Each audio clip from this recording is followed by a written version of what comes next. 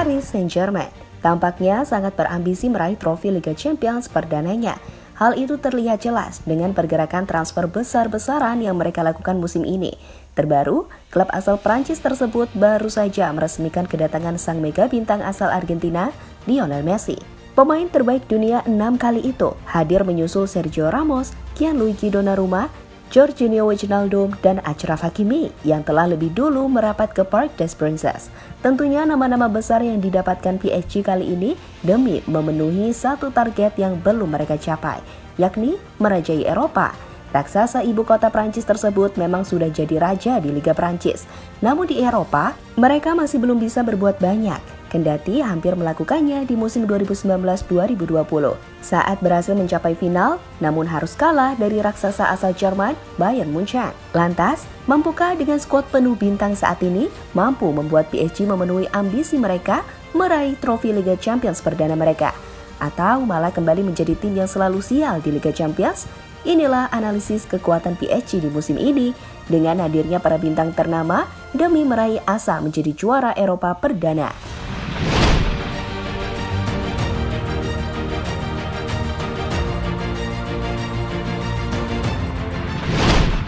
Paris Saint-Germain gagal total di musim 2020-2021. Tak ada gelar juara prestisius yang diraih oleh klub berjuluk Les Parisiens itu. Di ajang Liga Champions, PSG cuma mentok di babak semifinal. Armada Mauricio Pochettino itu tumbang di tangan Manchester City dengan agregat 1-4.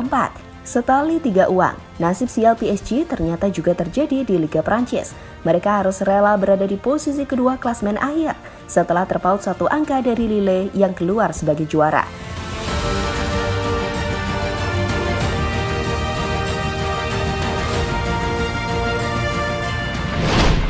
Hasil buruk yang diterima PSG membuat mereka berbenah untuk menyambut musim kompetisi 2021-2022.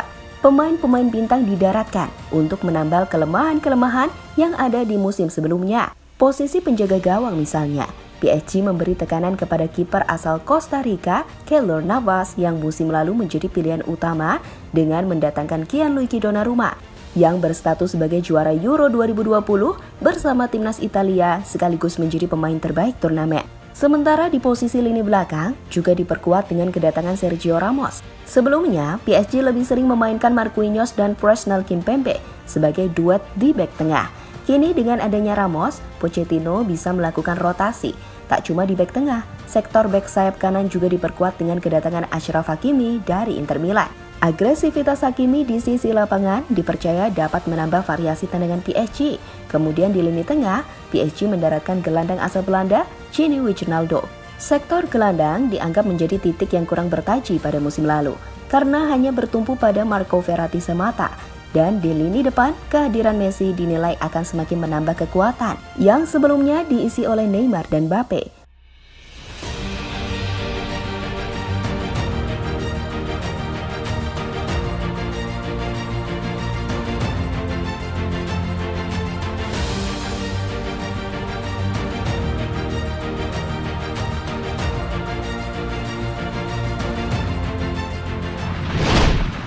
Namun meski diisi banyak nama besar hingga disebut The New York Los Galacticos, klub berjuluk Les Parisiens diprediksi bakal tetap sulit meraih trofi si kuping besar itu pada musim 2021-2022.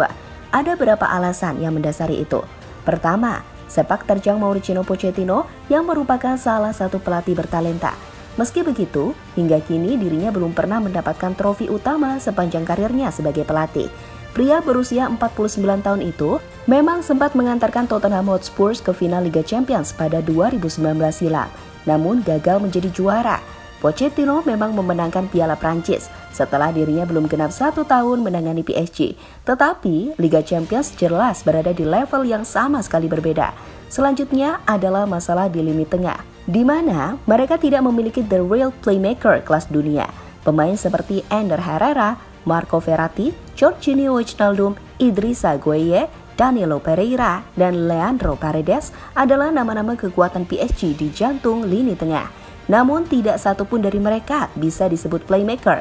Julian Draxler yang seharusnya bisa menempati pos tersebut, nyatanya penampilannya tidak bisa disebut istimewa. Sehingga di musim lalu pun, seorang Neymar harus banyak menjemput bola.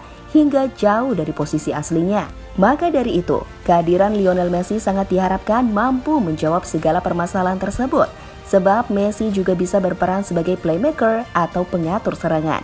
Kemudian ada satu hal yang dilupakan PSG, yaitu sektor bek kiri.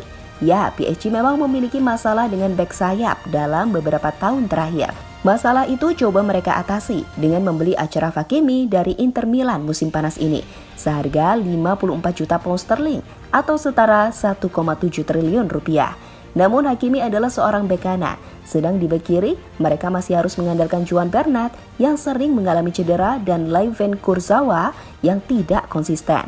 Baik Bernat maupun Kurzawa bukanlah bek kiri berkualitas tinggi alias mediocre.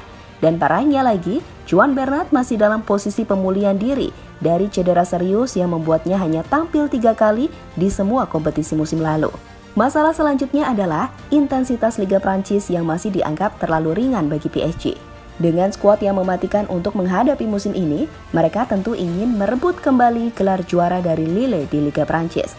Pemain macam Messi, Neymar, dan Mbappe akan menjadi ujung tombak PSG untuk bersaing di semua kompetisi termasuk Liga Champions. Namun sayangnya tidak bisa dipungkiri bahwa saat ini Liga Prancis intensitas kompetisinya tidak terlalu tinggi. Ya, intensitas liga yang rendah bisa membuat PSG kehilangan trofi Liga Champions karena harus menghadapi lawan biasa bermain dengan liga yang lebih keras intensitasnya.